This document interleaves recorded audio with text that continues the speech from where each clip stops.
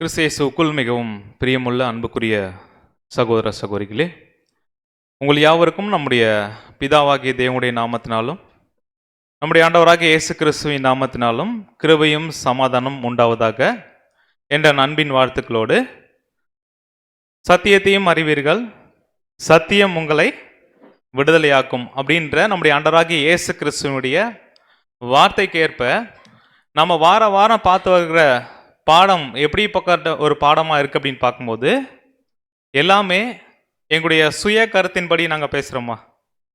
இல்லை, இங்கே பேசிக்கிற நான் முதல் உங்களை பார்க்க வந்திருக்கிறோம்.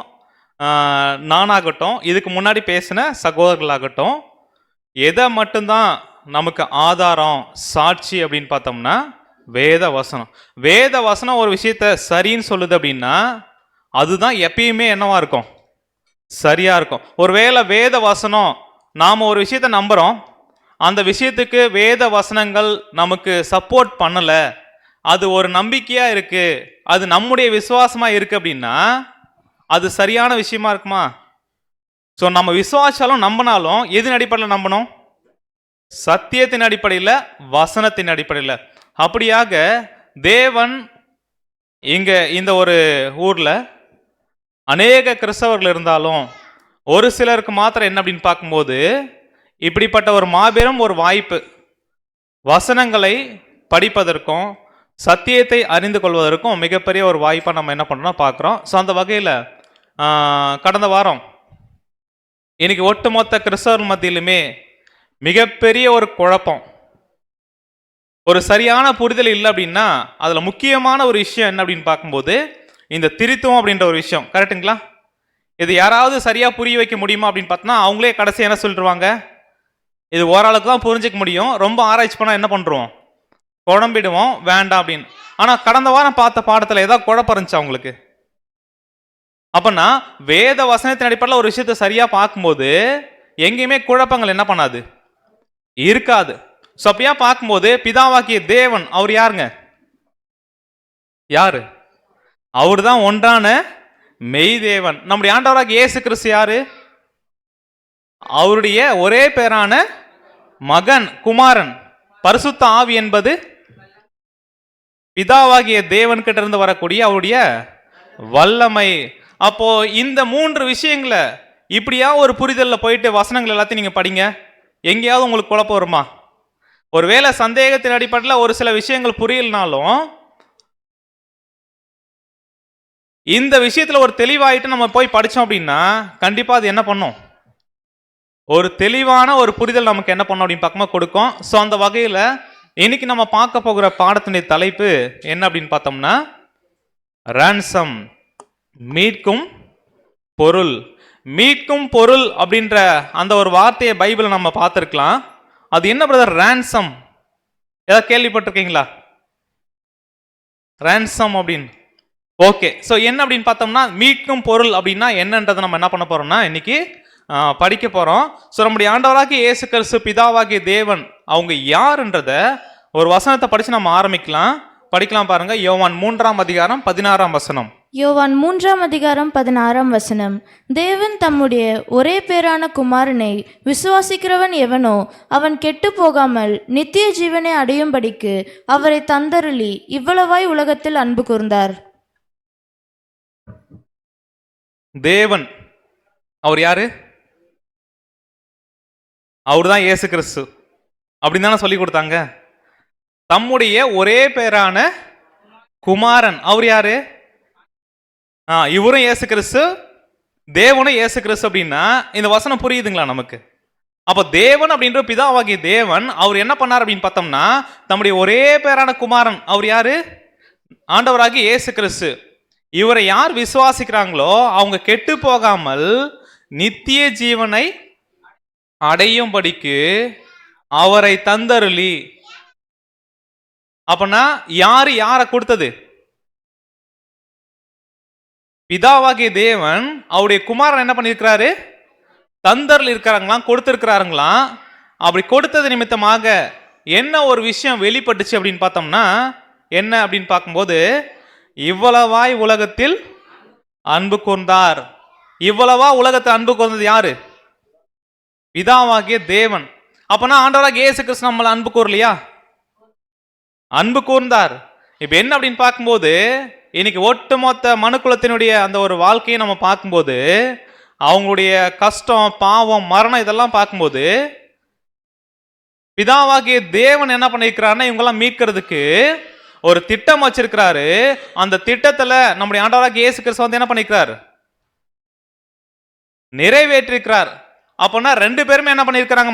மனுக்குலத்தை அன்பு செலுத்திருக்கிறாங்க அப்படின்ற ஒரு விஷயத்தை நம்ம பார்க்கிறோம். அப்ப இவ்வளவாய் அன்பு கூர்ந்தார் எப்படி அப்படின்னு பார்த்தோம்னா, அவருடைய ஒரே பேரான குமாரனை கொடுத்து என்ன பண்ணிருக்கிறார் பிதாவாகிய தேவன்?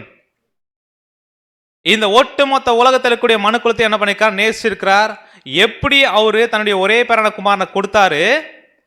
நம்முடைய ஆண்டவராகிய இயேசு கிறிஸ்து அதுக்காக தன்னுடைய ஜீவனை எப்படியாக என்ன பண்ணார் அப்படின்னு பார்க்கும்போது, இறந்தாரு மனுஷங்களுக்காக அப்படின்றத பார்க்கக்கூடிய ஒரு பாடம் தான் எது?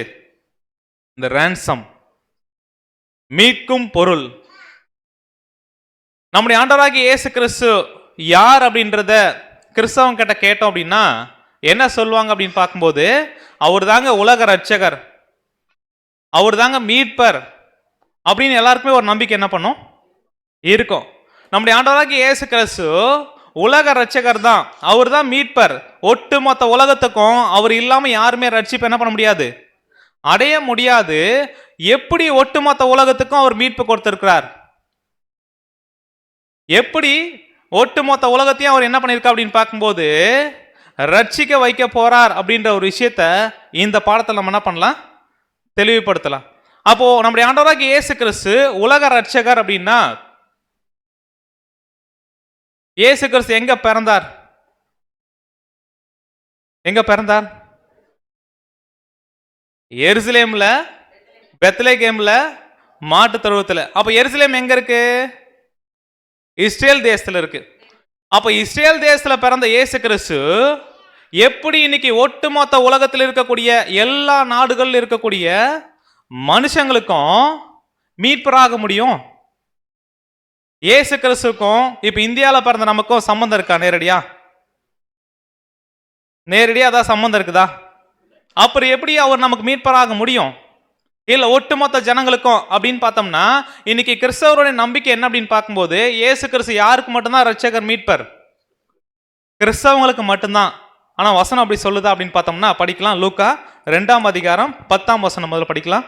லூக்கா 2ஆம் அதிகாரம் 10ஆம் வசனம். தேவதூதன் அவர்களை நோக்கி, பயப்படாதிருங்கள், இதோ எல்லா ஜனத்துக்கும் மிகுந்த சந்தோஷத்தை உண்டாக்கும் நற்செய்தியை உங்களுக்கு அறிவிக்கிறேன். இதோ எல்லா ஜனத்துக்கும் மிகுந்த சந்தோஷத்தை உண்டாக்கும் நற்செய்தி. அப்படின்னா எல்லா ஜனத்துக்கும் நற்செய்தி, கரெக்டுங்களா? இயேசு கிறிஸ்து இந்த பூமியில வந்து பிறந்தப்போ அந்த பிறக்கிற ஒரு விஷயம் அப்படின்றது கிறிஸ்தவர்களுக்கு மட்டும் நற்செய்தி இல்ல, யாருக்கும்? எல்லா ஜனத்துக்கும். அப்படின்னா யார் யாரெல்லாம் அதுல வருவாங்க? யார் யாரெல்லாம் வர்றதுக்கு வாய்ப்பு இருக்கு? அப்ப எல்லா ஜனத்துக்கும் நற்செய்தி. ஏன் அப்படின்னா இன்று கர்த்தராகிய கிறிஸ்து என்னும் ரட்சகர் உங்களுக்கு தாவீதின் ஊர்ல என்ன பண்ணியிருக்கிறார்? பிறந்திருக்கிறார். அப்படி இயேசு கிறிஸ்து அங்க பிறந்ததுனால எப்படி ஒட்டுமொத்த உலகத்திற்கு எல்லா ஜனங்களுக்கும் நற்செய்தி அது மிகுந்த சந்தோஷம் எப்படி அது கொண்டு வரும் அப்படின்ற ஒரு விஷயத்தை நம்ம பார்க்கலாம். இன்னொரு வசனம் படிக்கலாம். மத்தேயு 1ஆம் அதிகாரம் 21ஆம் வசனம். மத்தேயு 1ஆம் அதிகாரம் 21ஆம் வசனம். அவள் ஒரு குமாரனை பெறுவாள், அவருக்கு இயேசு என்று பெயரிடுவாயாக, ஏனெனில் அவர் தமது ஜனங்களின் பாவங்களை நீக்கி அவர்களை ரட்சிப்பார் என்றான். சோ மரியாள் கிட்ட வந்து தேவதூதன் பேசும்போது என்ன ஒரு விஷயத்த சொல்றா அப்படின்னு பார்த்தோம்னா, ஒரு குமாரனை அவங்க பெறுவாங்க, அவருக்கு என்ன பெயர் வைக்கணும்? இயேசுன்ற பெயர் வைக்கணும். ஏன் அப்படின்னா தமது ஜனங்களின் பாவங்களை நீக்கி என்ன பண்ணுவார்? அவரை ரட்சிப்பார். அப்படின்னா மீட்பார், ரட்சிப்பார் அப்படின்ற ஒரு விஷயத்த பார்க்கிறோம். அப்போ தம்முடைய ஜனங்களினுடைய பாவங்களை நீப்பி ரட்சிப்பார் அப்படின்னா இந்த தமது ஜனங்கள் அப்படின்னு சொல்லும்போது அவரை யார் நம்புறாங்களோ அவங்க மட்டும் சொல்லலாமா, இல்ல ஒட்டுமொத்த உலகத்தில் இருக்கக்கூடிய எல்லா மனுஷங்களையும் சொல்லலாமா? ஓகே. ஸோ அப்போனா இதுக்கு முன்னாடி பார்த்த வசனம் என்ன சொல்லிச்சு அப்படின்னு பார்த்தோம்னா, எல்லா ஜனத்துக்கும் நற்செய்தி, மிகுந்த சந்தோஷம். ஏன் எப்படி இவர் ரட்சகர் ஆகிறார் அப்படின்னு பார்த்தோம்னா படிக்கலாம். 1 தீமோத்தேயு 2ஆம் அதிகாரம் 6ஆம் வசனம். 1 தீமோத்தேயு 2:6 ம் எல்லாரையும் மீட்கும் பொருளாக தம்மை ஒப்புக்கொடுத்த மனுஷனாகிய கிறிஸ்து இயேசு அவரே. இதற்குரிய சாட்சி ஏற்ற காலங்களில் விளங்கி வருகிறது.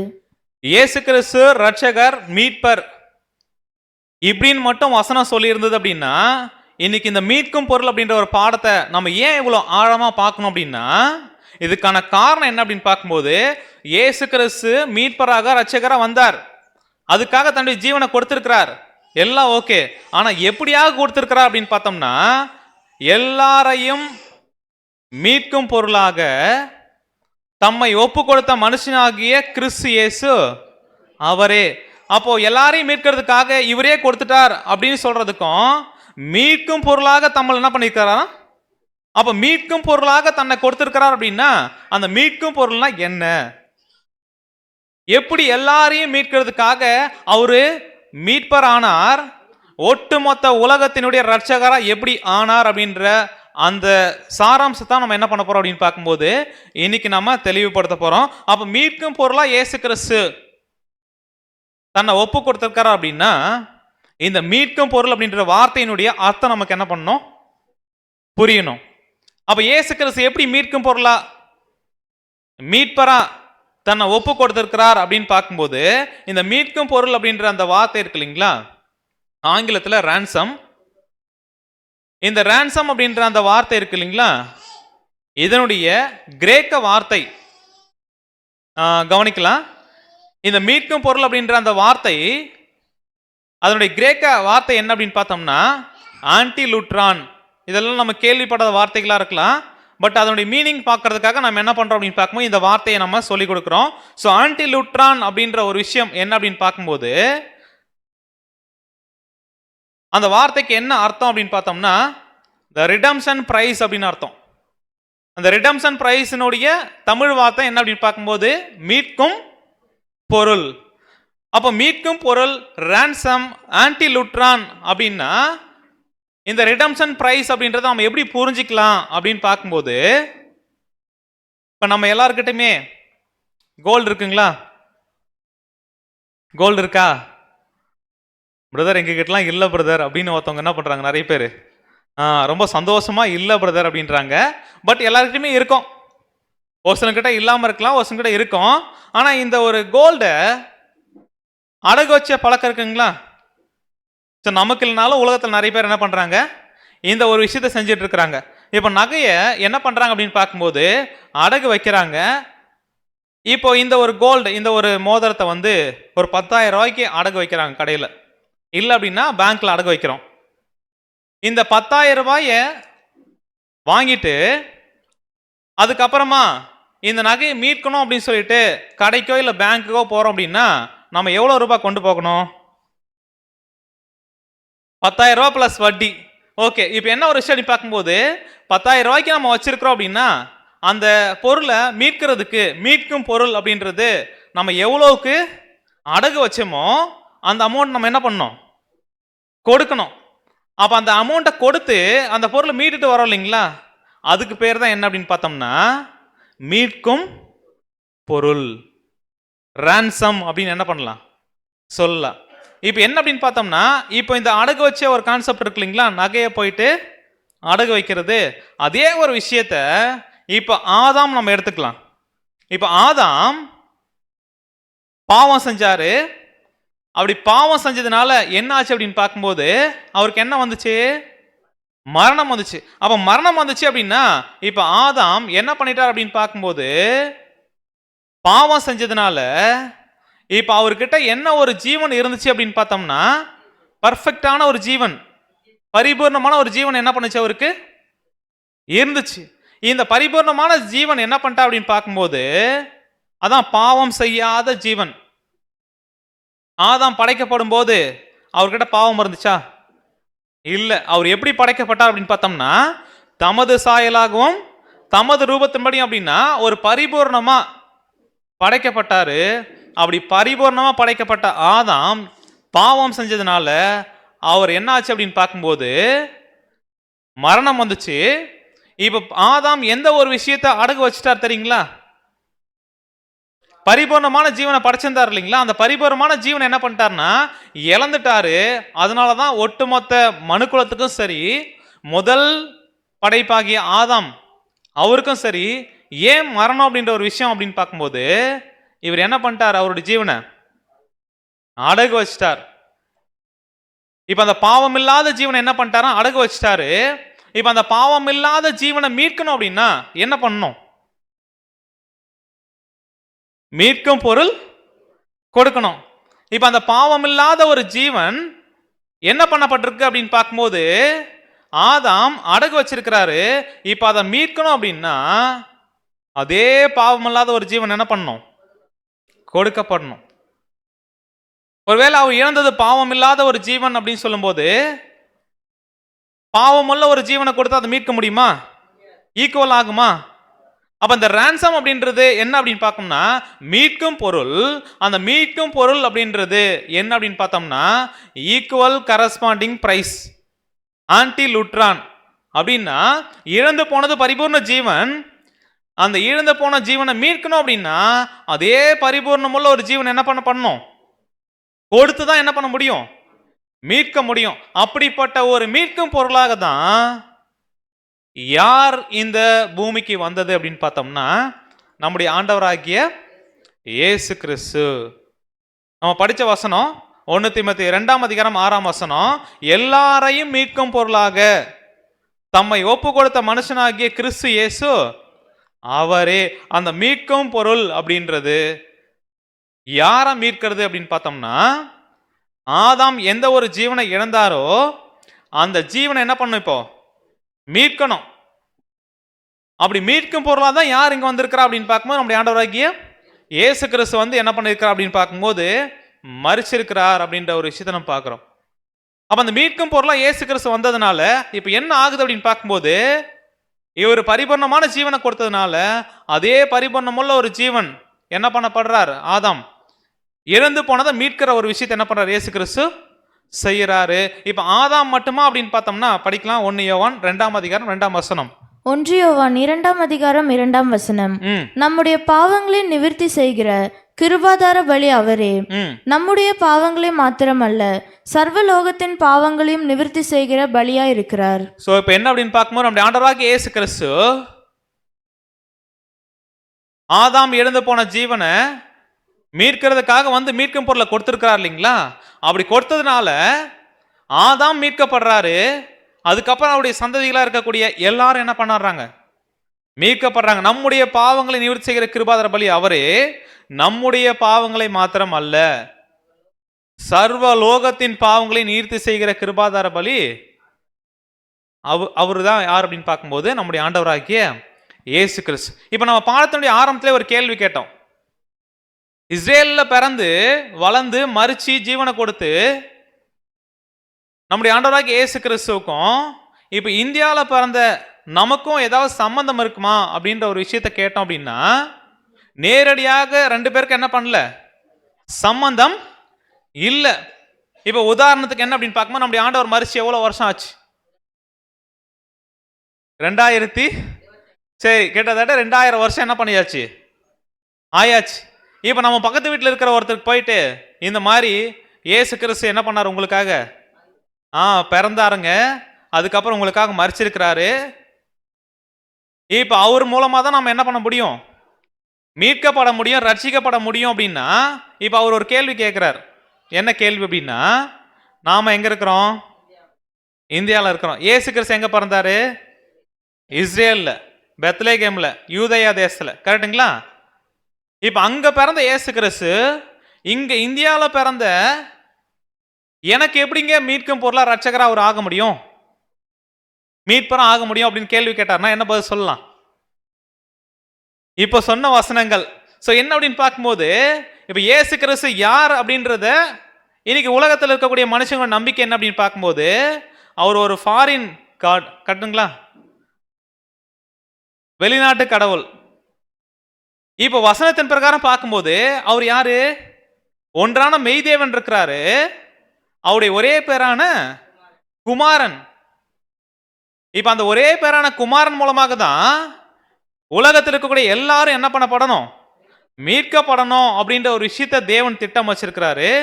இந்த ஒரு விஷயத்த நம்ம சரியா புரிஞ்சுக்கணும் அப்படின்னா, இப்போ 2000 வருஷத்துக்கு முன்னாடி பிறந்த இயேசு கிறிஸ்து மரிச்சு மனுக்குலத்துக்காக ஜீவனை வாங்கி கொடுத்திருக்கிறார் அப்படின்ற ஒரு விஷயத்த சொல்லும்போது, இப்போ அநேகரால என்ன பண்ண முடியாது அப்படின்னு பார்க்கும்போது ஏற்றுக்கொள்ள முடியாத ஒரு சூழ்நிலையா இருக்குது.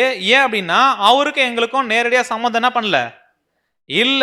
அப்ப இந்தியாவில் இருக்கிற ஒரு நபருக்கு இஸ்ரேல்ல பிறந்த இயேசு கிறிஸ்து எப்படி மீட்பராகவும் இரட்சகராகவும் இருக்க முடியும் அப்படின்னு பார்த்தோம்னா, இயேசு கிறிஸ்துக்கும் இந்தியாவில் பிறந்த நமக்கும் நேரடியான தொடர்பு இல்லைனாலும் நமக்கும் இன்னொருத்தருக்கும் தொடர்பு இருக்கு நேரடியா. அவர்கிட்ட தான் நம்ம என்ன பண்ணிருக்கிறோம், வந்திருக்கிறோம். அப்பனா யார் அப்படின்னு பார்க்கும்போது ஆதாம் அப்படின்ற ஒரு நபரை படைச்சார்ல தேவன். இப்ப அந்த ஆதாம்ல இருந்து தான் எல்லா மனுஷங்களும் என்ன பண்ணிருக்கிறாங்க, வந்திருக்கிறாங்க. ஒட்டுமொத்த உலகத்திலையும் எல்லா தேசத்திலும் இருக்கக்கூடிய ஜனங்கள் எல்லாம் யார் அப்படின்னு பார்த்தோம்னா இந்த ஆதாம்ல இருந்து என்ன பண்ணாங்க, வந்தவங்க தான்.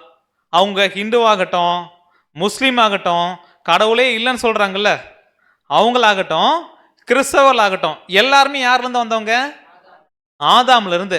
இப்ப இந்த ஆதாம்ல இருந்து வந்த எல்லா ஜனங்களும் எப்படிப்பட்ட ஒரு நிலைமையில் இருக்கிறாங்க அப்படின்னு பார்க்கும்போது பாவ நிலைமையில் இருக்கிறாங்க, மரண நிலைமையில் இருக்கிறாங்க.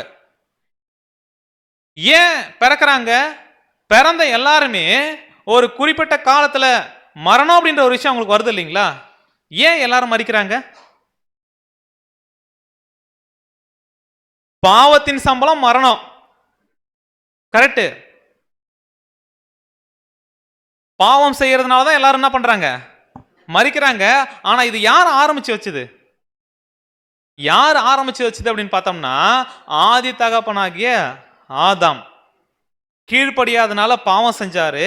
அப்படி பாவம் செஞ்சதனுடைய விளைவுகள் தான் இன்னைக்கு அவருடைய சந்ததிகளா இருக்கக்கூடிய எல்லா ஜனங்களும் என்ன பண்றாங்க, மரணம் அப்படின்ற ஒரு விஷயத்துல என்ன பண்றாங்க அப்படின்னு பார்க்கும்போது பங்கடைறாங்க. இந்த மரணம் அப்படின்ற ஒரு விஷயத்த யாருமே சாகாம தடுக்க முடியுமா?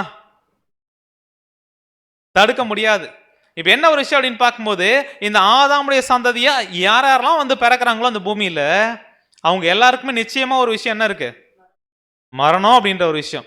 ஏன் அப்படின்னு பார்த்தோம்னா முதல்ல என்ன பண்ணாருன்னா அவர் கீழ்ப்படியாமலாம் பாவம் செஞ்சாரு.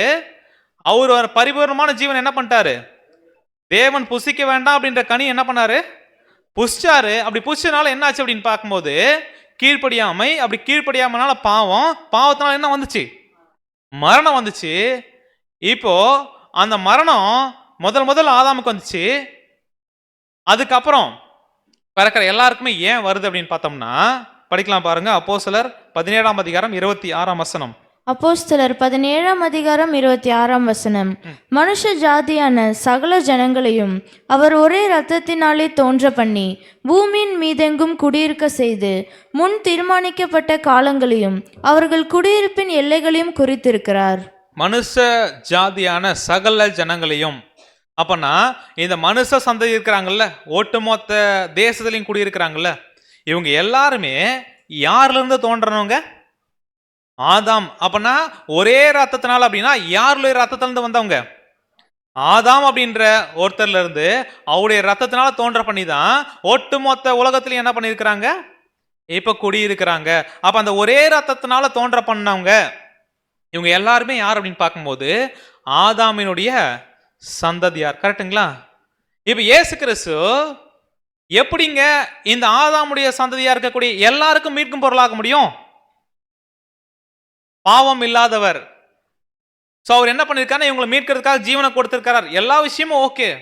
எப்படி அப்படின்றத நம்ம என்ன பண்ண போறோம், பார்க்க போறோம். இப்ப இயேசு கிறிஸ்து அப்படின்றது ஒருத்தரா இல்ல நிறைய பேரா? அவரு ஒருத்தர் தானே.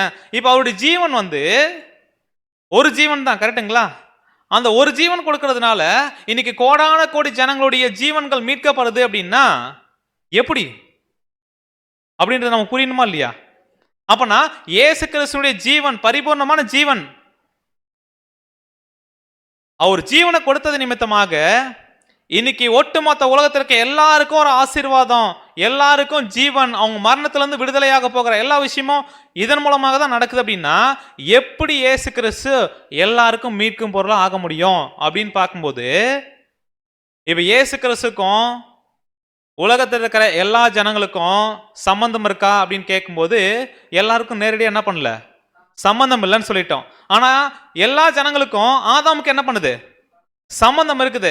இப்போ ஆதாம் அப்படின்ற ஒரு மனுஷன் இப்ப அவருடைய பரிமமான ஜீவனை இழந்துட்டார் இல்லையா? இப்ப ஆதாமுடைய ஜீவனை மீட்டுட்டார்னா இயேசு கிறிஸ்து யாரை மீட்ட மாதிரி? எல்லாரையும் மீட்ட மாதிரி. படிக்கலாம் பாருங்க, 1 கொரிந்தியர் 15ஆம் அதிகாரம் 45ஆம் வசனம்.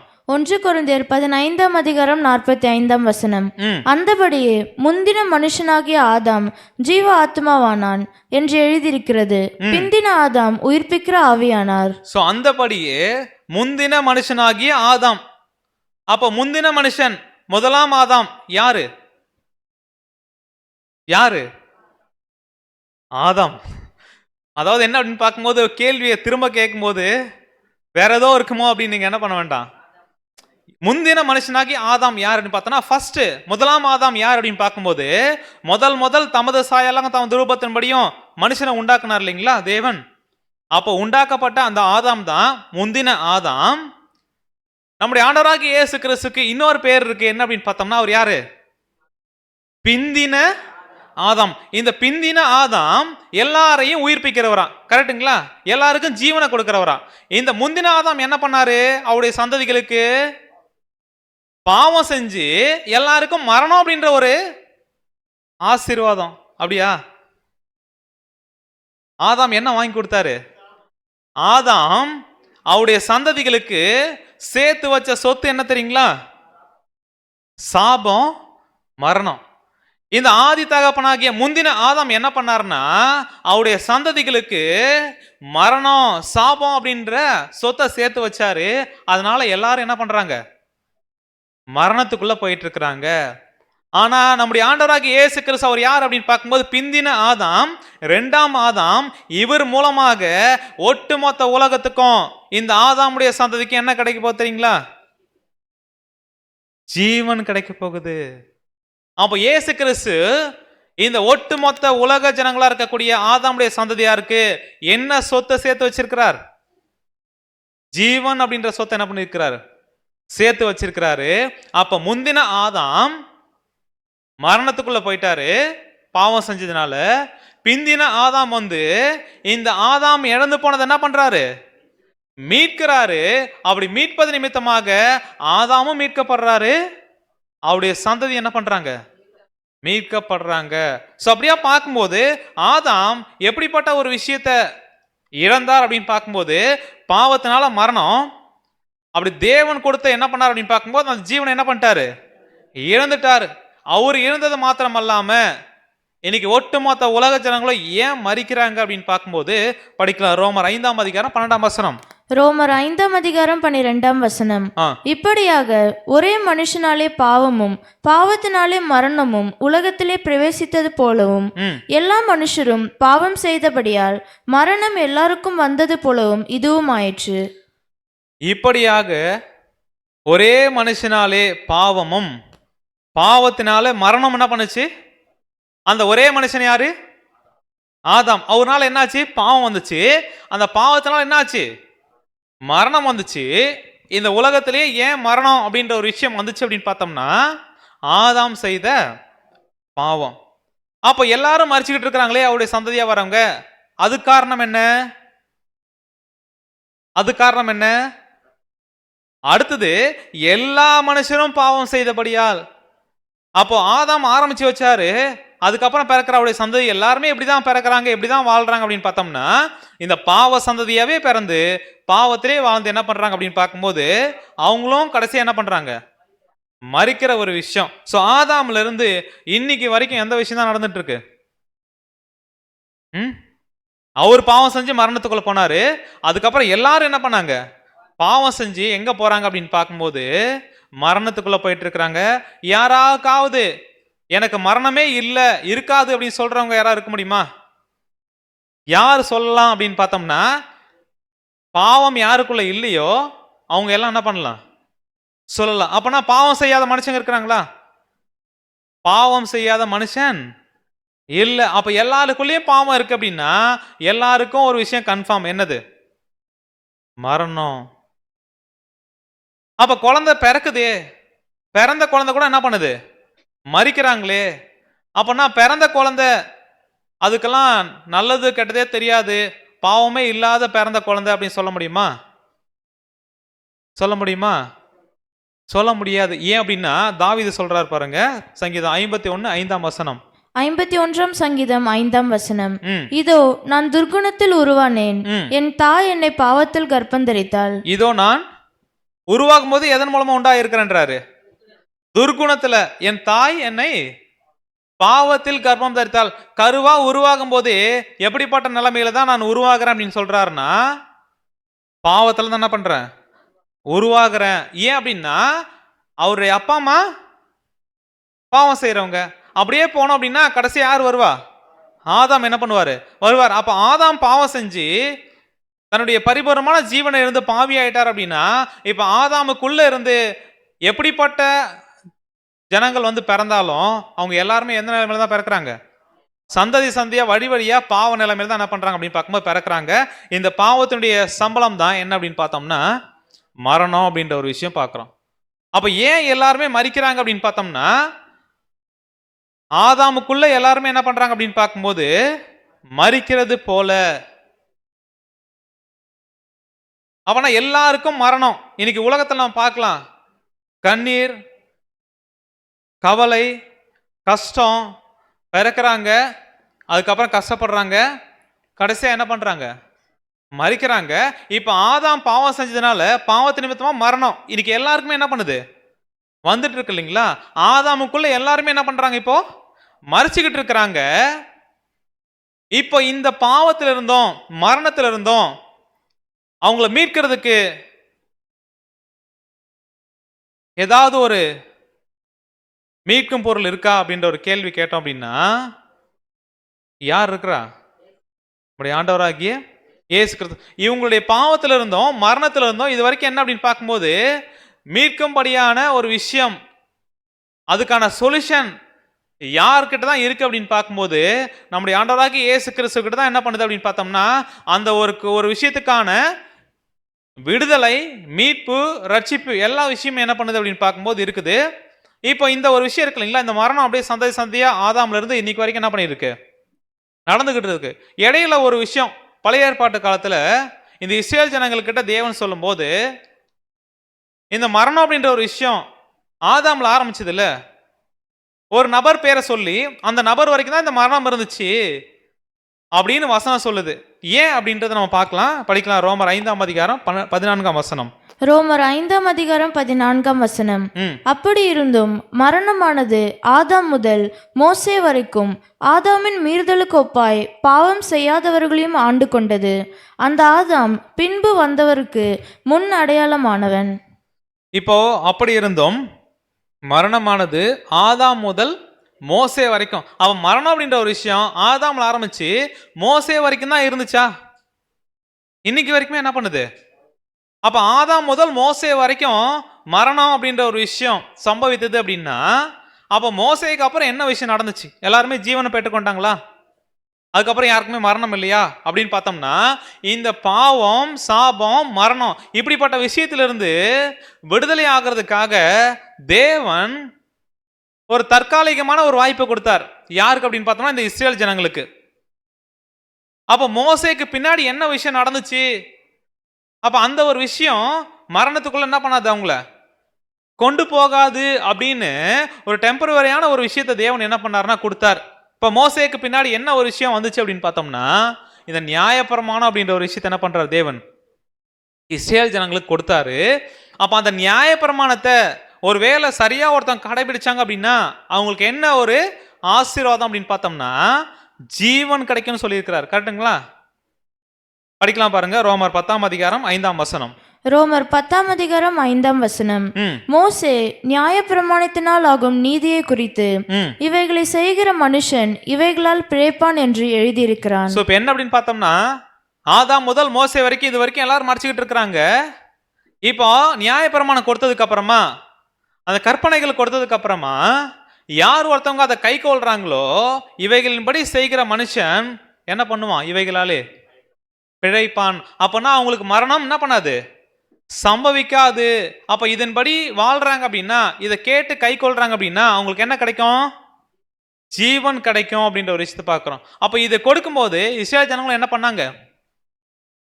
இதை நீங்க செய்யணும் அப்படின்னு சொல்லும்போது அவங்களும் செய்யறோம் ஆண்டவரே அப்படின்னு என்ன பண்ணாங்க?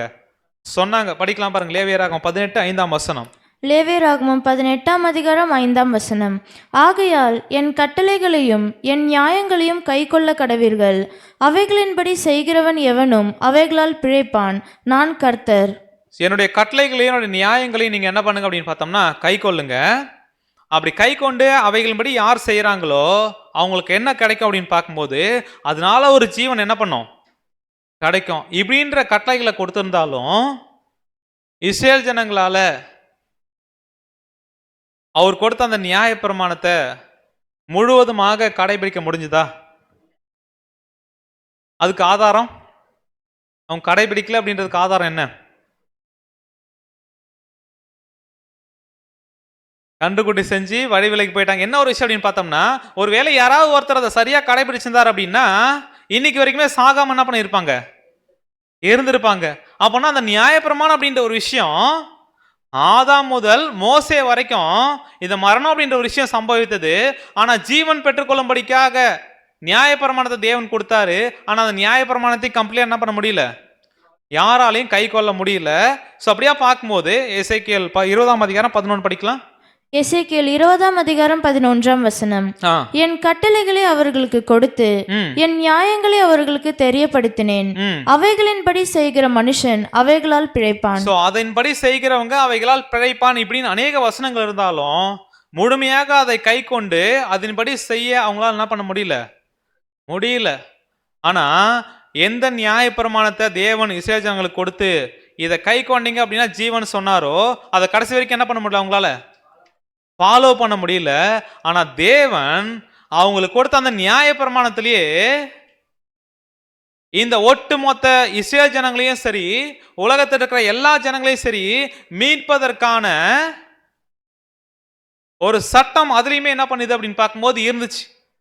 அந்த சட்டத்தின் அடிப்படையில் தான் நம்முடைய ஆண்டவராகிய இயேசு கிறிஸ்து கூட என்ன பண்ணார் தெரியுங்களா? இந்த மீட்கும் பொருளா என்ன பண்ணார் அப்படின்னு பார்க்கும்போது தன்னுடைய ஜீவனை என்ன பண்ணாரு? கொடுத்தார். அந்த நியாயப்பிரமாணம் அவங்களுக்கு கொடுக்கப்பட்ட நியாயப்பிரமாணத்துல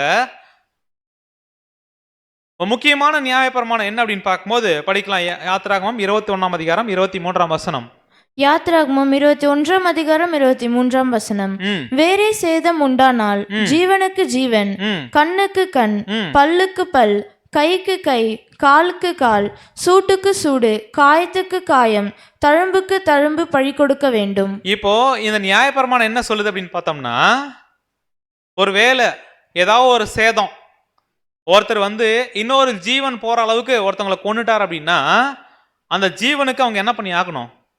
ஜீவன் இவர் ஒருத்தர் கொன்னாரா, கொன்னவர் என்ன ஆகணும்? அடுத்தது சாகணும். இப்ப ஜீவனுக்கு ஜீவன் அப்படின்ற சட்டம் கரெக்டுங்களா? அடுத்து கண்ணுக்கு கண்ணு, பல்லுக்கு பல்லு. ஒருத்தர் என்ன பண்ணிட்டார் அப்படின்னு பார்க்கும்போது இன்னொருத்தருடைய கண்ணை சேதப்படுத்தார் அப்படின்னா இப்போ ஒரு கண்ணு என்னாச்சு அப்படின்னு பார்க்கும்போது சேதம் ஆயிடுச்சு ஒருத்தருக்கு. இப்போ சேதப்படுத்தினார்ல அவருக்கு என்ன பண்ணணும்? அவருடைய கண்ணு என்ன பண்ணணும்? சேதப்படுத்தணும். இது எப்படி இருக்கு? இது எப்படி இருக்கு? அதாவது என்ன அப்படின்னு பார்த்தோம்னா நீதி அப்படின்றது என்ன அப்படின்னு பார்த்தோம்னா இதுதான். ஒருத்தவங்க உயிரை எடுத்தாங்க அப்படின்னா அவங்க உயிர் என்ன பண்ணப்படணும்? போகணும். கண்ணை சேதப்படுத்தினா கண்ணு என்ன பண்ணணும்? ஒருவேளை அடிச்சு பல்ல உடைச்சிட்டாங்கன்னா என்ன பண்ணணும்? பல்லு என்ன பண்ணணும்? உடைக்கணும். இப்படிப்பட்ட ஒரு பிரமாணத்தை என்ன பண்ணியிருந்தார் அப்படின்னு பார்க்கும்போது இஸ்ரவேல் ஜனங்களுக்கு கொடுத்திருந்தாரு. இதே பிரமாணத்தை இந்த சட்டத்தை யார் கொடுத்தது? இதான் வாகிய தேவன். கரெக்டுங்களா? இப்ப சட்டத்தை கொடுத்தது மாத்திரம் அல்லாம இந்த சட்டத்துக்கு அவரே என்ன பண்றாரு? கீழ்ப்படுகிறார். இப்ப வேற சேதம் உண்டானால் ஜீவனுக்கு என்ன பண்ணும்? ஜீவன் கொடுக்கணும் அப்படின்னா இந்த மீட்கும் பொருள் அப்படின்ற அந்த வார்த்தையினுடைய அர்த்தம் என்ன அப்படின்னு பார்க்கும்போது சரி நிகர் சமான விலை, ஈக்குவல் கரஸ்பாண்டிங் பிரைஸ் அப்படின்னா ஒரு பொருள் எந்த அளவுக்கு சேதம் பண்ணி இருக்கோ அதே அளவுக்கு மீட்கும் பொருள் என்ன பண்ணணும், கொடுக்கணும். அப்படின்னா ஜீவனுக்கு ஜீவன் அப்படின்ற ஒரு விஷயம் இப்ப என்ன பண்ண வேண்டியதா இருக்கு அப்படின்னு பார்க்கும்போது மீட்கும் பொருளா கொடுக்க வேண்டியிருக்கு. அப்படின்னா ஜீவனுக்கு ஜீவன் அப்படின்னா இறந்து போனது ஏற்கனவே நம்ம பார்த்தோம், ஆதாமுடைய பரிபூர்ணமான ஜீவன். இப்ப அந்த ஜீவனை மீட்கணும் அப்படின்னா என்ன பண்ணி ஆகணும், அதே பரிபூர்ணமான ஜீவன் கொடுத்தாதான். இப்ப யாருக்கு விடுதலை, ஆதாமுக்கு விடுதலை. கரெக்டுங்களா? அப்ப ஆதாமுக்கு விடுதலை ஏனாதான் அவருடைய சந்ததி எல்லாருக்கும் என்ன பண்ண போகுது, விடுதலை கிடைக்க போகுது. அப்படின்னு இருக்கும்போது இந்த ஜீவனுக்கு ஜீவன் அப்படின்ற ஒரு விஷயத்தை பார்க்கும்போது இப்ப கண்ணுக்கு கண் பல்லுக்கு பல் அப்படின்றத இப்ப இந்த தராசு உதாரணம் வச்சுக்கலாம். அதாவது இந்த தராசுல 1 கிலோவுக்கு ஏதோ ஒரு பொருள் வாங்குறோம் அப்படின்னா இந்த பக்கம் 1 கிலோ கல் இருக்கும், இந்த பக்கம் அந்த பொருள் இருக்கும். ரெண்டுமே என்ன பண்ணும், சமமா இருக்கு அப்படின்னா அந்த முள் என்ன பண்ணும், ஸ்ட்ரைட்டா காமிக்கும். ஒருவேளை நம்ம 1 கிலோ ஏதோ ஒரு பொருள் வாங்குறோம், அந்த முள்ளு வந்து என்ன அப்படின்னு பார்க்கும்போது சாஞ்சு இருக்குது. அப்படின்னா அந்த கல்லு பக்கம் ரொம்ப கீழே இருக்கு அப்படின்னா ஒருவேளை நம்மளுடைய பொருள் வாங்குற பொருள் மேலே தூக்கிட்டு இருக்கு அப்படின்னா அந்த பொருள் நம்ம வாங்கிக்குவோமா, என்ன பண்ணுவோம், எடை கரெக்டா இல்லை, சரியா எடை என்ன பண்ணுங்க. அப்படின்னா மீட்கும் பொருள் அப்படின்றது என்ன அப்படின்னு பார்க்கும்போது பரிபூர்ணமான ஜீவன் இழக்கப்பட்டிருக்கு, அதே பரிபூர்ணமான ஜீவன் கொடுத்தாதான் இந்த தேவனுடைய நீதி என்ன பண்ணப்படும், அதுக்கு ஏற்றுக்கொள்ளப்படும். அப்படி இருக்கும்போது இப்போ ஆதாம் என்ன பண்ணார் அப்படின்னு பார்த்தோம்னா பாவம் செஞ்சிட்டார். இப்ப பாவம் செஞ்சனால பாவி என்ன பண்ணிட்டாரு, ஆயிட்டார். இப்படிப்பட்ட ஆதாம அவர் இறந்து போனது என்ன அப்படின்னு பார்த்தோம்னா பரிபூர்ணமான ஜீவன். கரெக்டுங்களா? பரிபூர்ணமான ஜீவன். இந்த பரிபூர்ணமான ஜீவன் பாவமுள்ள ஒரு மனுஷனால கொடுக்க முடியுமா? இப்ப ஆதாமுடைய சந்ததியா இருக்கக்கூடிய யாராவது ஒருத்தர் வந்து ஆதாம் மீட்கிறதுக்காக நான் என்ன பண்றேன், என்னோட ஜீவனை கொடுக்குறேன், என் ஜீவனை வச்சுக்கிட்டு தேவனே ஆதாம் என்ன பண்ணுங்க நீங்க மீட்டுக்குங்க, ரிலீஸ் பண்ணுங்க அப்படின்னா தேவனுடைய நீதி ஒத்துக்குமா? ஏன்னா ஆதாம் எப்படிப்பட்ட நிலைமையிலிருந்து விழுந்து போனாரு, பாவம் இல்லாத மனுஷனா என்ன பண்ணாரு, படைக்கப்பட்டாரு. இப்ப பாவம் செஞ்சதுனால அந்த பரிபூர்ணமான ஜீவன் என்ன பண்ணியாச்சு, இறந்தாச்சு. அப்ப அந்த பரிபூர்ணமான ஜீவனுக்கு மீட்கும் பொருள் என்னதான், பாவம் இல்லாத பரிபூர்ணமான ஜீவன் தான். கரெக்டுங்களா? அதுக்கு பேர் தான் என்ன அப்படின்னு பார்க்கும்போது மீட்கும் பொருள், ரன்சம். கிரேக்க வார்த்தையை சொல்லணும் அப்படின்னா ஆன்டி லுட்ரான். சரி, இப்போ ஆதாம் இறந்து போனார்ல, அவருடைய ஜீவனுக்கு ஈக்குவலா ஏதாவது காளை இல்ல ஆடு இந்த பலியை கொடுத்து மீட்க முடியுமா, ஆதாம மீட்க முடியுமா? இப்ப ஆதாமுடைய ஜீவனுக்கு ஒரு காளையினுடைய ஜீவனும் இல்ல ஆட்டுக்கடாவினுடைய ஜீவனும் ஈக்குவல் ஆகுமா? அது சரி நிகர் சமான விலையா இருக்குமா? ஈக்குவல் கரஸ்பாண்டிங் பிரைஸா அது என்ன பண்ணாது, கண்டிப்பா இருக்காது. வசனம் படிக்கலாம் பாருங்க, எபிரேயர் 10:4. எபிரேயர் 10:4.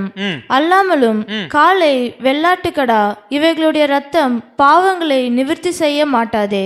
காளை வெள்ளாட்டுக்கடா இதனுடைய ஜீவன் கொடுக்கப்பட்டு அதனுடைய ரத்தம் பாவத்திலிருந்து மீட்பை கொண்டு வருமா அப்படின்னு பார்த்தோம்னா இதனுடைய விஷயத்தினால் என்ன ஆகாது, ஆதாமுக்கோ அவருடைய சந்ததிக்கோ மீட்கும் பொருள் என்ன பண்ண முடியாது, ஆக முடியாது.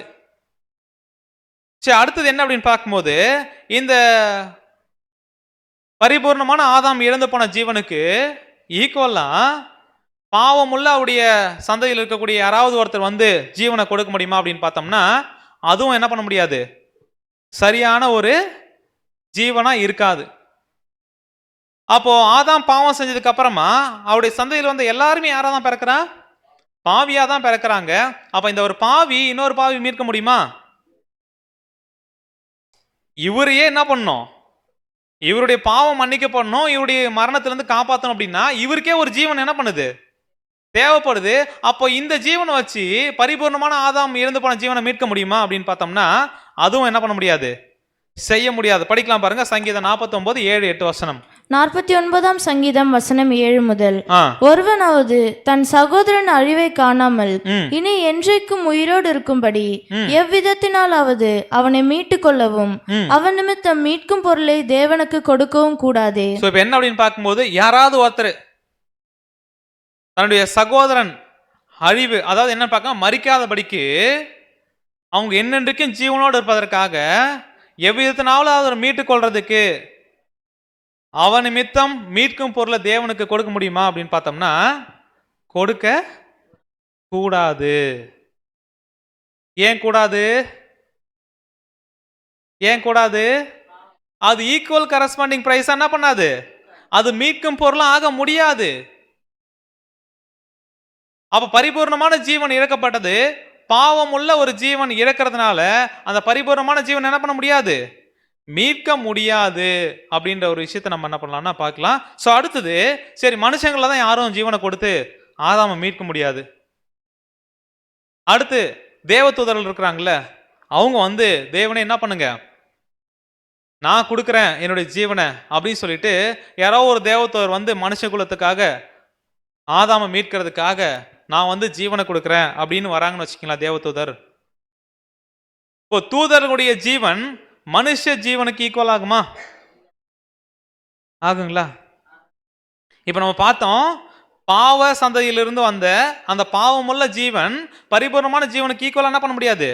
அப்பனா ஒரு மனுஷன் இன்னொரு மனுஷனுக்காக ஜீவனை கொடுக்க முடியாது. சரி பரவாயில்ல, தேவதூதர் கொடுக்குறாங்கம்மா அப்படின்னு பார்த்தோம்னா தூதர்களுடைய ஜீவனும் மனுஷனுடைய ஜீவனும் ஒண்ணா? இப்போ யாருடைய ஜீவன் மேலானது, யாருடைய ஜீவன் கீழானது, யாரா சொல்ல முடியுங்களா? சரி வசனம் படிச்சிடலாம் பாருங்க. எபிரேயர் 2 அதிகாரம் 7 வசனம்.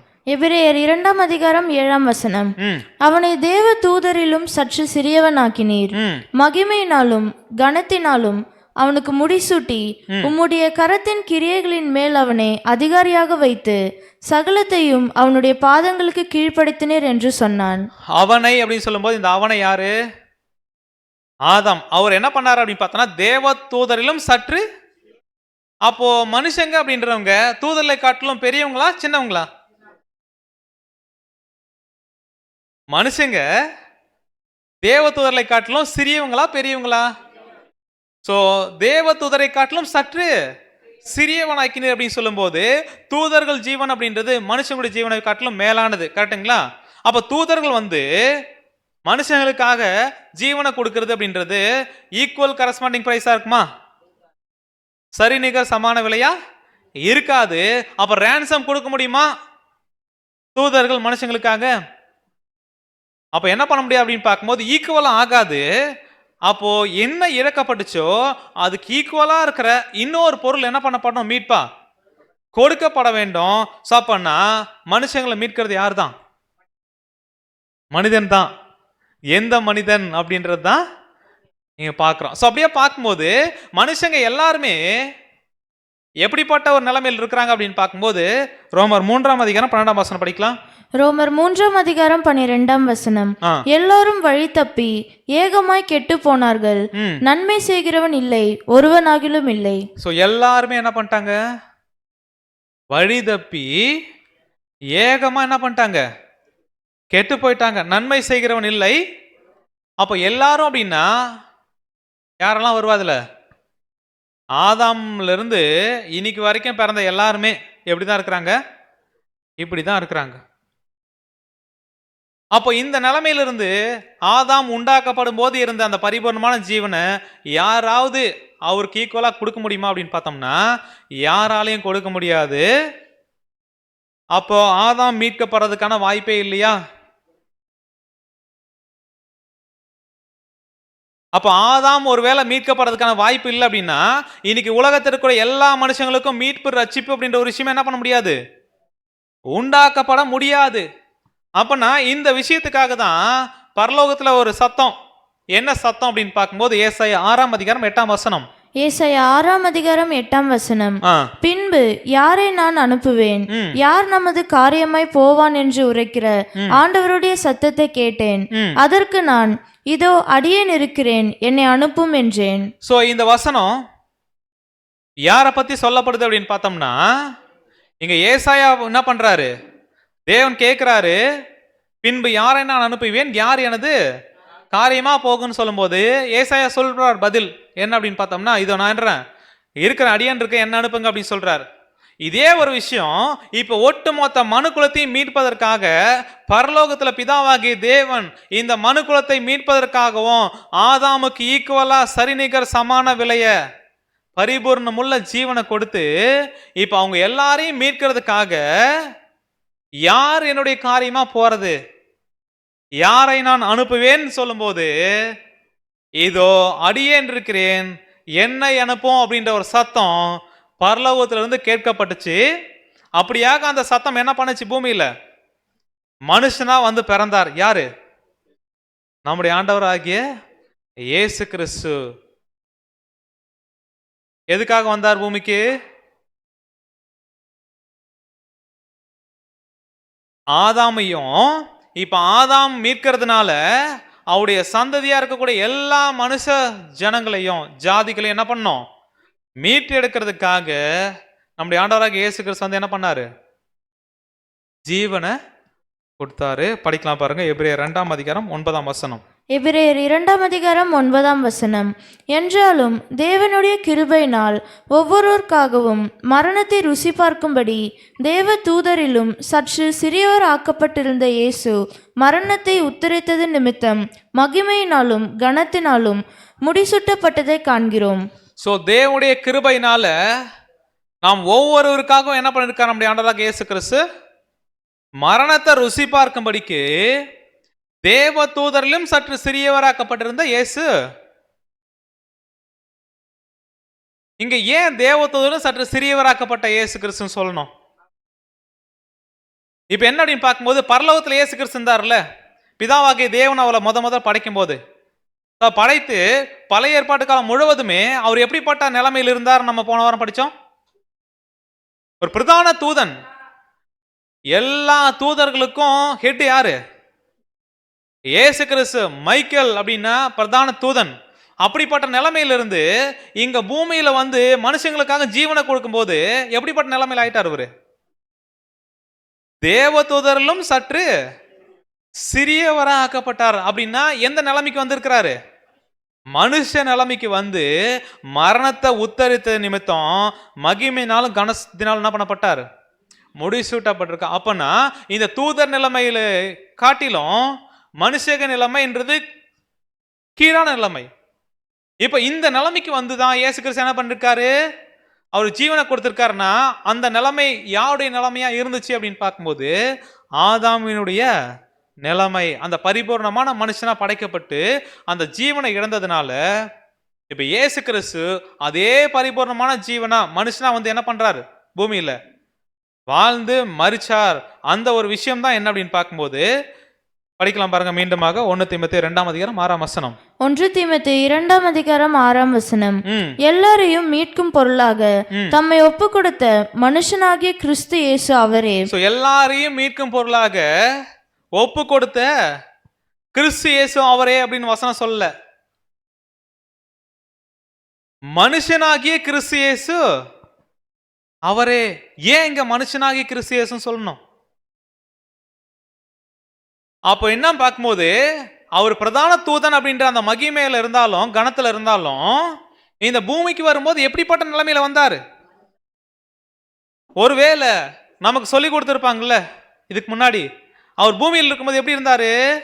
மனுஷனாவும் இருந்தாரு, கடவுளாவும் இருந்தார், தேவனாவும் இருந்தாரு, பாதி மனுஷன் பாதி கடவுள் அப்படின்ற நிலைமையில வந்து ஜீவனை கொடுத்தார். அப்படின்னா இந்த ஜீவன் ஆதாமுடைய ஜீவனுக்கு ஈக்குவல் ஆகுமா? அப்ப மனுஷனாகிய கிறிஸ்து இயேசு அவரே அப்படின்னா மனுஷீக நிலைமையில இருந்தா என்ன பண்ணிருக்கா? அவருடைய ஜீவனை இழந்திருக்கிறார்.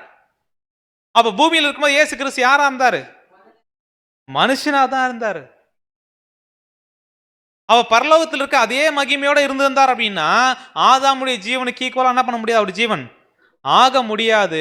அப்ப மனுஷீக நிலைமைக்கு வந்திருக்கிறார் அப்படின்னா அந்த நிலைமை எப்படிப்பட்ட நிலைமை இயேசு கிறிஸ்துக்கு அப்படின்னு பார்த்தோம்னா சாதாரணமான ஒரு விஷயம் கிடையாது.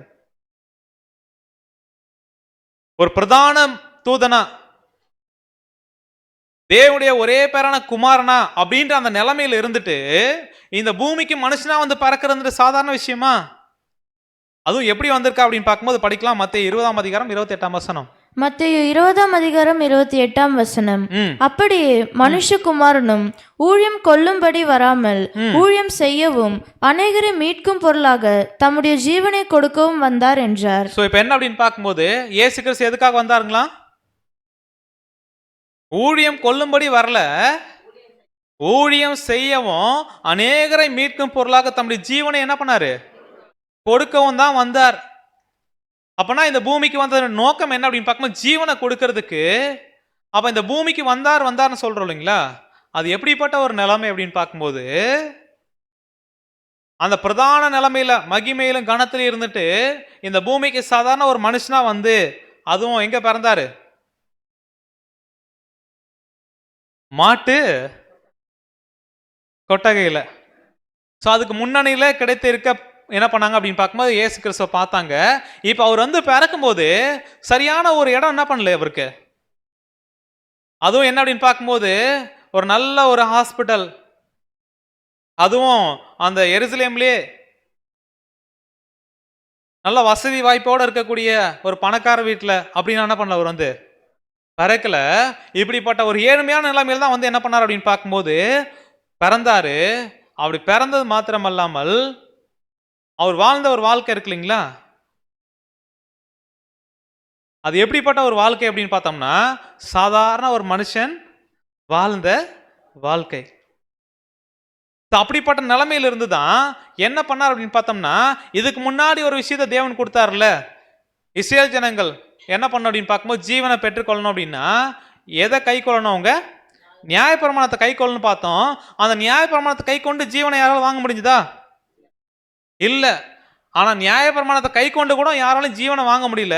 ஆனா அந்த நியாயப்பிரமாணம் செய்யாத விஷயத்தை கூட யார் மூலமா செய்யப்பட்டது அப்படின்னு பார்க்கும்போது படிக்கலாம். ரோமர் 8ஆம் அதிகாரம் 3ஆம் வசனம். ரோமர் 8ஆம் அதிகாரம் 3ஆம் வசனம். அது எப்படி எனில் மாம்சத்தினாலே பலவீனமாய் இருந்த நியாயப்பிரமாணம் செய்யக்கூடாததை தேவனே செய்யும்படிக்கு தம்முடைய குமாரனை பாவ மாம்சத்தின் சாயலாகவும் பாவத்தை போக்கும் பலியாகவும் அனுப்பி மாம்சத்திலே பாவத்தை ஆக்கினைக்குள்ளாக தீர்த்தார். ஸோ இப்போ என்ன அப்படின்னு பார்க்கும்போது மாம்சத்திலே பலவீனமாய் இருந்த மாம்சத்தினாலே நியாயப்பிரமாணம் செய்யக்கூடாது தேவனை என்ன பண்றாரு? செய்யும்படிக்கு தம்முடைய குமாரனை மனுஷ சாயலா மாத்திரம் கிடையாது, மாறாக இந்த மனுக்குலம் எப்படிப்பட்ட ஒரு நிலைமையில பாதிக்கப்பட்டிருக்கிறாங்க அப்படின்னு பார்த்தோம்னா பாவத்தினால என்ன பண்ணியிருக்கிறாங்க? பாதிக்கப்பட்டிருக்கிறாங்க. இப்ப அந்த அதே சாயல் என்ன பண்றாரு அப்படின்னு பார்க்கும்போது அவருடைய குமாரன் இந்த பூமிக்கு என்ன பண்ணாராம்? பிதாவாகி தேவன் அனுப்பினாருங்களாம். ஸோ பாவ மாம்சத்தின் சாயலாகவும் பாவத்தை போக்கக்கூடிய பலியாகவும் அனுப்பி மாம்சத்திலே பாவத்தை ஆக்கினுக்குள்ளாக என்ன பண்றார்? அப்பனா இயேசு கிறிஸ்து மனுஷனா வந்தாரு. அதே வகையில் என்ன அப்படின்னு பார்க்கும்போது இந்த பாவ நிலைமையில் இருக்கிறாங்களா மனுஷங்க, கடைசியா அவர் மரிக்கும் போது ஒட்டுமொத்த உலகத்தினுடைய பாவம் அவர் மேல என்ன பண்ணப்பட்டுச்சு? சுமத்தப்பட்டு பாவியாகவே என்ன பண்ணப்பட்டார்? ஆக்கப்பட்டார். யாருக்காக அப்படின்னு பார்க்கும்போது இந்த பூமியில பிறந்த ஆதாமுடைய சந்ததியா இருக்கக்கூடிய ஆதாமுக்கும் அவருடைய சந்ததியா இருக்கக்கூடிய எல்லா மனுஷங்களுக்காகவும். அப்பனா இது எப்படிப்பட்ட நிலைமை அப்படின்னு பார்க்கும்போது ஏற்கனவே நம்ம பார்த்தோம் தேவதூதர்களும் கீழான நிலைமை. ஆனா பாவம் செஞ்சதுனால அந்த பரிபூர்ணமான நிலைமையில படைச்சார்ல மனுஷங்களை, அந்த நிலைமை கூட என்ன பண்ணல? தக்க வச்சுக்கல. அதுக்கும் கீழான நிலைமையில என்ன பண்ணிட்டாங்க? போயிட்டாங்க. இப்ப இயேசு கிறிஸ்து எந்த நிலைமையில எந்த நிலைமைக்கு வர வேண்டிய ஆச்சு தெரியுங்களா? அந்த பிரதான ஒரு மகிமையில இருந்துட்டு தேவனுடைய குமாரன் பிரதான தூதன் அப்படின்ற அந்த மைக்கேல் அப்படின்ற நிலைமையிலிருந்து பூமிக்கு மனுஷனா வரணும். மனுஷனா வர்றது மாத்திரம் இல்ல, அந்த மனுஷங்க எப்படிப்பட்ட ஒரு நிலைமையில் இருக்கிறாங்க? பாவம். அந்த நிலைமைக்கு என்ன பண்ணவரு? உதாரணத்துக்கு என்ன அப்படின்னு பார்த்தோம்னா நம்ம யோசிக்கலாம். இயேசு கிறிஸ்து வந்து பாவமாக்கப்பட்டாரு, பாவ நிலைமைக்கு வந்தாரு, இல்ல மனுஷனா ஆனார் அப்படின்னா அது எப்படிப்பட்ட ஒரு நிலைமைன்றதுக்கு உதாரணம் என்ன அப்படின்னு பார்க்க நம்ம வீட்டுலாம் கரப்பம் வச்சிருக்கீங்களா? இருக்கா? நிறையவே இருக்கு பிரதர், எங்க வீட்டுக்கு வந்து பாருங்க. ஸோ என்ன அப்படின்னு பார்க்கணும் இருக்கும் இல்லையா? இப்போ நம்ம வீட்டில் கிச்சன்லயோ இல்லை பாத்ரூம்லயோ என்ன பண்ணோம்? அந்த கரப்பாம்பூச்சி கண்டிப்பா என்ன அப்படின்னு பார்க்கும்போது நல்ல ஒரு இடத்துல அது என்ன பண்ணாது? இருக்காது.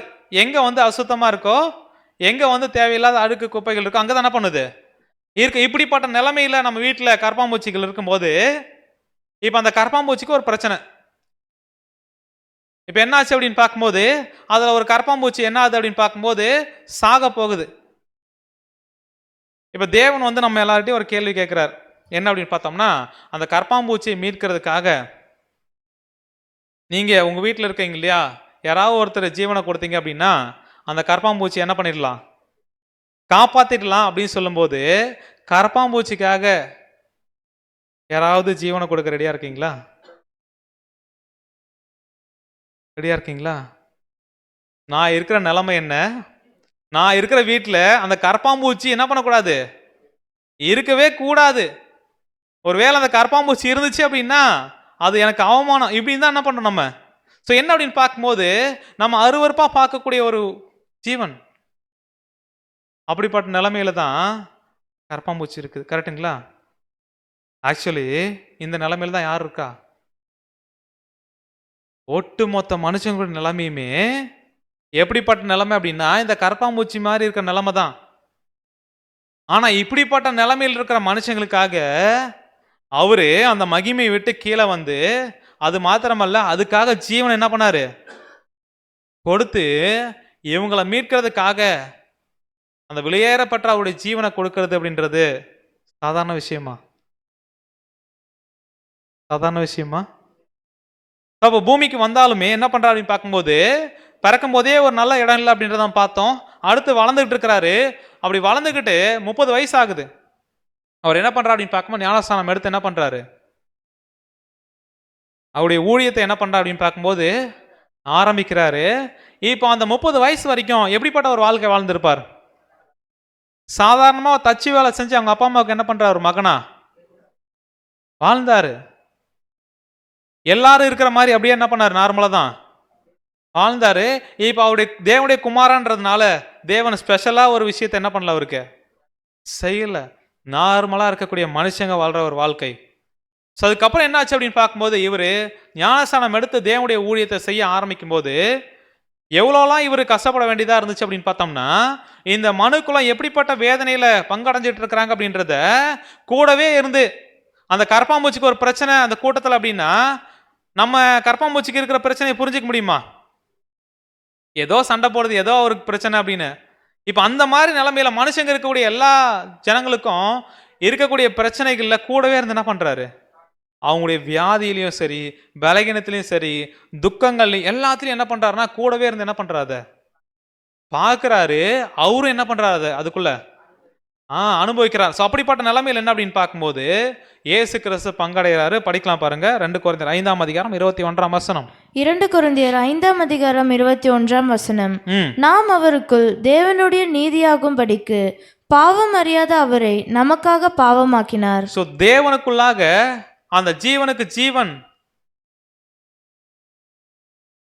அப்படின்ற ஒரு விஷயம் நீதியை நிறைவேற்றணுன்றதுக்காக பாவம் அறியாத அவர் என்ன பண்ணிட்டார், நமக்காக பாவம் ஆக்குனார். பாவம் ஆனவர் ஒருத்தர், அவரை பாவமா ஆக்குனவர் ஒருத்தர். யாரு பாவமா யார் ஆனாரு நமக்காக? இயேசு கிறிஸ்து. அவரை பாவமா ஆக்குனது பிதாவாகிய தேவன். அந்த நிலைமைக்கு என்ன பண்ணிட்டா அப்படின்னு பார்க்கும்போது போயிட்டாரு. அந்த அளவுக்கு என்ன பண்ணார் அப்படின்னு பார்த்தோம்னா அவரை பாவமாவே என்ன பண்ணிட்டாரு, ஆக்கிட்டாரு. ஏன் அப்படின்னு பார்த்தோம்னா யாருக்காக? நமக்காக. அப்பன்னா பிதாவாகிய தேவனும் நம்முடைய ஆண்டவராகிய இயேசு கிறிஸ்துவும் இந்த ஒட்டுமொத்த மனுஷங்க மலை வச்ச அன்பினால மாறி மாறி என்ன பண்ணியிருக்கிறாங்க, அன்பு காமிச்சிருக்கிறாங்க. இப்படிப்பட்ட ஒரு மிகப்பெரிய ஒரு தியாகத்தை என்ன பண்ணியிருக்கிறாங்க அப்படின்னு பார்க்கும்போது செஞ்சிருக்கிறாங்க. ஸோ இப்போ இயேசு கிறிஸ்து வந்து 30 வயசு ஆகி ஞானஸ்தானம் எடுத்த உடனே அவருடைய ஜீவன் என்ன பண்ணிச்சு, இழந்தாரா அப்படின்னு பார்த்தோம்னா 3.5 வருஷம் என்ன பண்ணார், அதுக்கப்புறம் ஊழியம் செய்கிறாரு. அந்த ஊழியத்தினுடைய கடைசி காலத்தில் கடைசி நாளில் கடைசி வாரங்களில் எப்படிப்பட்ட வேதனையெல்லாம் அவர் அனுபவிக்க வேண்டியதாக இருந்துச்சு அப்படின்னு பார்த்தோம்னா ஒரு போர் சேவகன் வந்து என்ன பண்றாரு, ஒரு கணத்தை அரைகிறாரு. இப்போ அடி வாங்கினது யாரு, அரைஞ்சது யாரு? கரப்பாம்பூச்சி. கரப்பாம்பூச்சி வீட்டு ஓனர் என்ன பண்ணிருச்சு, அடிச்சிருச்சு. நாமளா தான் என்ன பண்ணியிருப்போம்? சரி இப்போ அடிச்சிட்டல்ல, 3ஆம் நாள் உயிர் தெழுந்து நான் என்ன பண்றேன் உன்னை, அதுக்கப்புறம் பார்த்துக்கிறேன் அப்படின்னாரா இயேசு கிறிஸ்து? ஸோ இப்போ என்ன அப்படின்னு பார்க்கும்போது, இந்த பரிபூர்ணமான நிலைமையிலிருந்து ஃபர்ஸ்ட் ஒரு அடி வாங்கியிருப்பார். அப்பா அம்மா கிட்ட அடி வாங்கியிருப்பாரா இயேசு கிறிஸ்து? வாய்ப்பு கம்மி தான். இல்லை, வாங்கியிருக்க மாட்டார். ஏன்னா ஒரு பரிபூர்ணமான மனுஷன் தவறு பண்றதுக்கான வாய்ப்பு என்ன பண்ணல, இல்லவே இல்லை. கன்னத்தை ஓங்கி அறையும் போது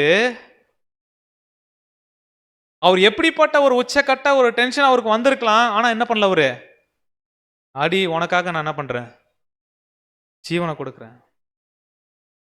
அடுத்து என்னன்னு பார்க்கும், அந்த போர் சேவகர்கள் இருக்கிறாங்கல்ல, என்ன அப்படின்னு பார்த்தோம்னா அடிச்சது மாத்திரம் இல்லாம அடிச்சு என்ன பண்ணிட்டாங்க அப்படின்னு பார்க்கும்போது பிச்சு எடுத்துட்டாங்க.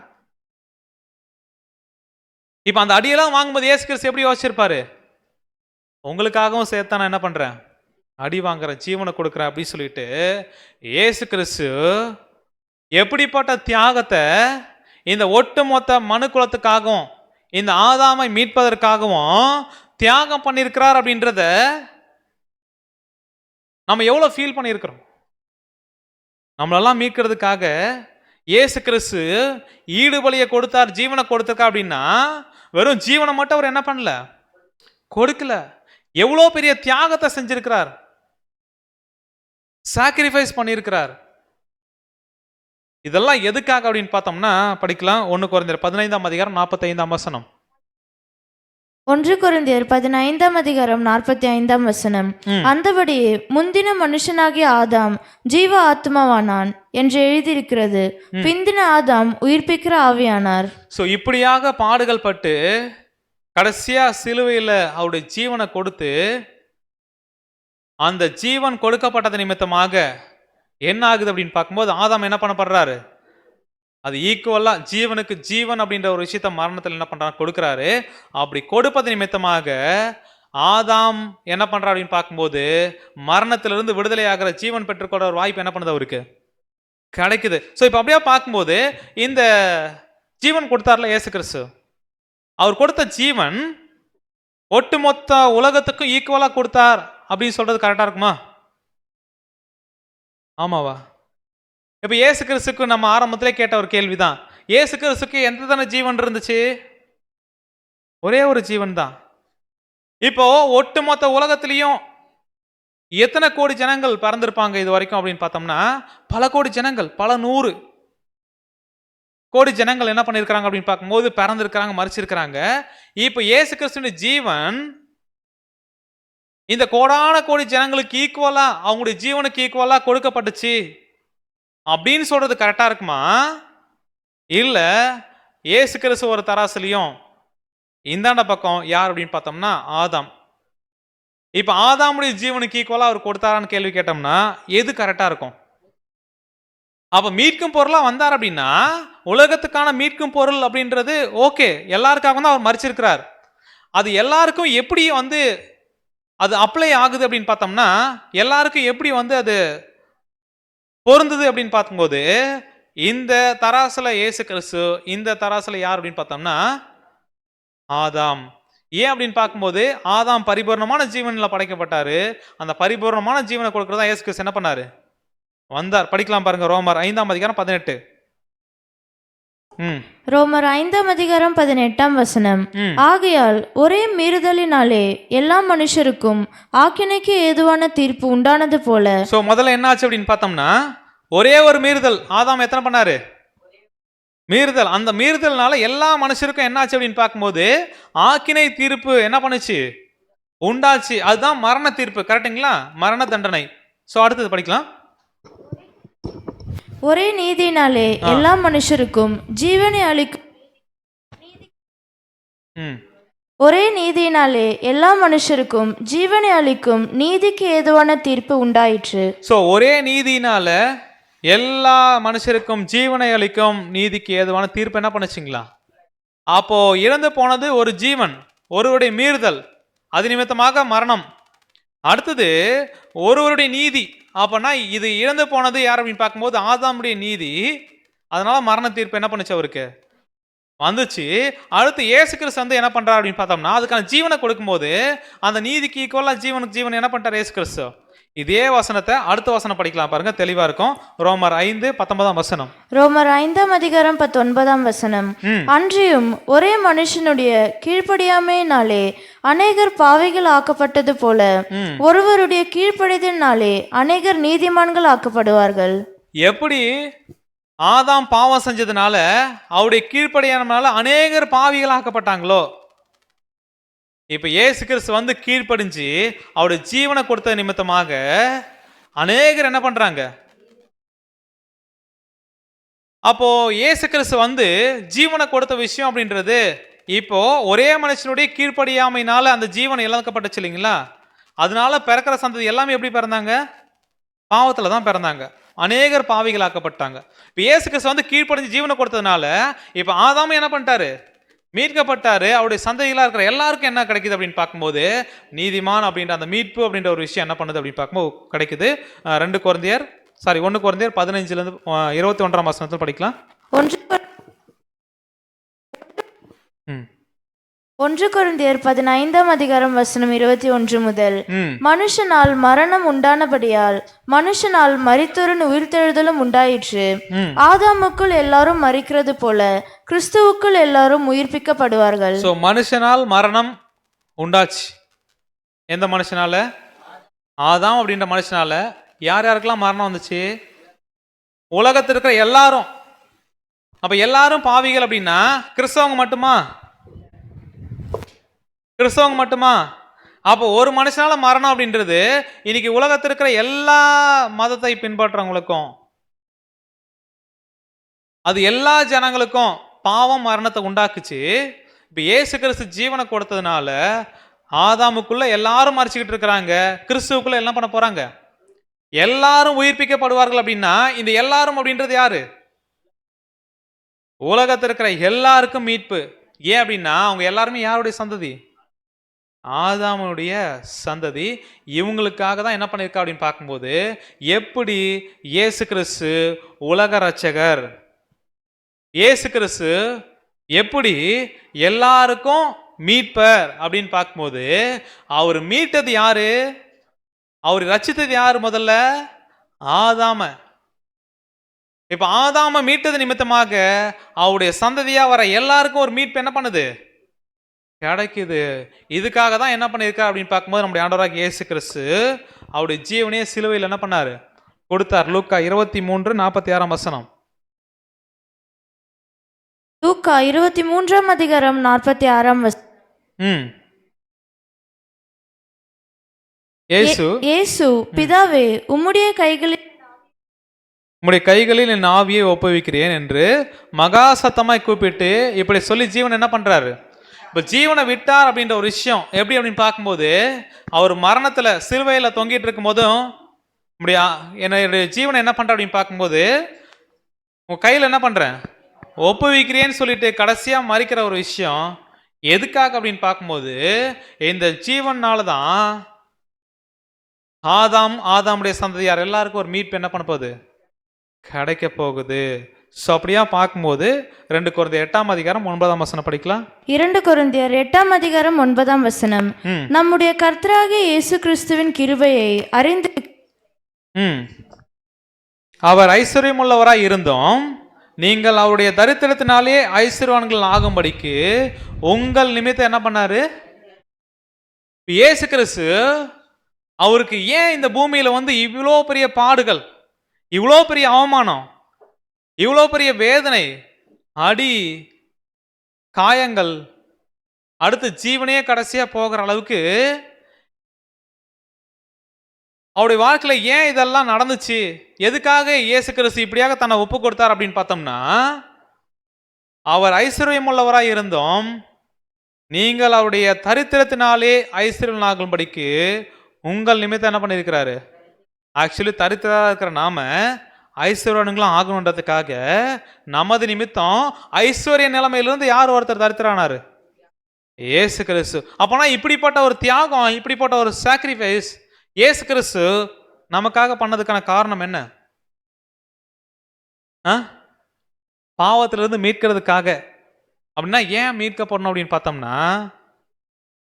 நம்ம ஆரம்பத்திலே படித்த வசனம் யோவான் 3ஆம் அதிகாரம் 16ஆம் வசனம், தேவன் தம்முடைய ஒரே பேரான குமாரனை விசுவாசிக்கிறவன் எவனோ நித்திய ஜீவனை அடையும்படிக்கு அவரை தந்தரில் என்ன பண்ணாரு, இவ்வளவா என்ன பண்ணாரு. ஸோ இந்த அன்பை பிதாவாகிய தேவனும் இயேசு கிறிஸ்துவும் நம்ம மேலேயும் உலக ஜனங்கள் எல்லார் மேலேயும் வைத்தது நிமித்தமாக தான் இவ்வளோ பெரிய தியாகத்தை என்ன பண்ண முடிஞ்சது, செய்ய முடிஞ்சது. இப்போ நம்ம எல்லார்ட்டும் ஒரு கேள்வி, பிதாவாகிய தேவனுடைய சொந்த குமாரனே கொடுத்து நம்ம மேல என்ன பண்ணியிருக்கிறாரு, அன்பு கூர்ந்துட்டார். இயேசு கிறிஸ்துவும் அதுக்காக தன்னை என்ன பண்ணிட்டாரு, ஒப்பு கொடுத்து தன்னுடைய ஜீவனை என்ன பண்ணிட்டாரு, இழந்து நம்மளை மீட்கிறதுக்காக அவருடைய அன்பை என்ன பண்ணிட்டாரு, காமிச்சிட்டார் நம்ம கிட்ட. இப்போ அவங்க 2 பேருக்காகவும் நீங்க என்ன பண்ண போறீங்க, நீங்க என்ன பண்ண போறீங்க, இல்ல நான் என்ன பண்ணலாம், எது பண்ணா கரெக்டா இருக்கும்? அதே அன்பை நானும் தேவனே உங்களை நேசிக்கிறேன், ஆண்டவரே உங்களை என்ன பண்றேன், அன்பு கூறுகிறேன் அப்படின்னு சொல்லிட்டு நம்ம பாட்டும் எப்படியும் நார்மலா வாழ்ற மாதிரி அதே ஒரு வாழ்க்கை அப்படியே வாழ்ந்துகிட்டே இருக்கிறோம் அப்படின்னா இது கரெக்டா இருக்குமா? என்ன கொடுக்கலாம், பாவம் இல்லாம வாழ்றதுக்கு என்ன பண்ணலாம், முயற்சி பண்ணலாம். வேற என்ன பண்ணலாம், வேற என்ன கொடுக்கலாம், வேற என்ன கொடுத்தா கரெக்டா இருக்கும்?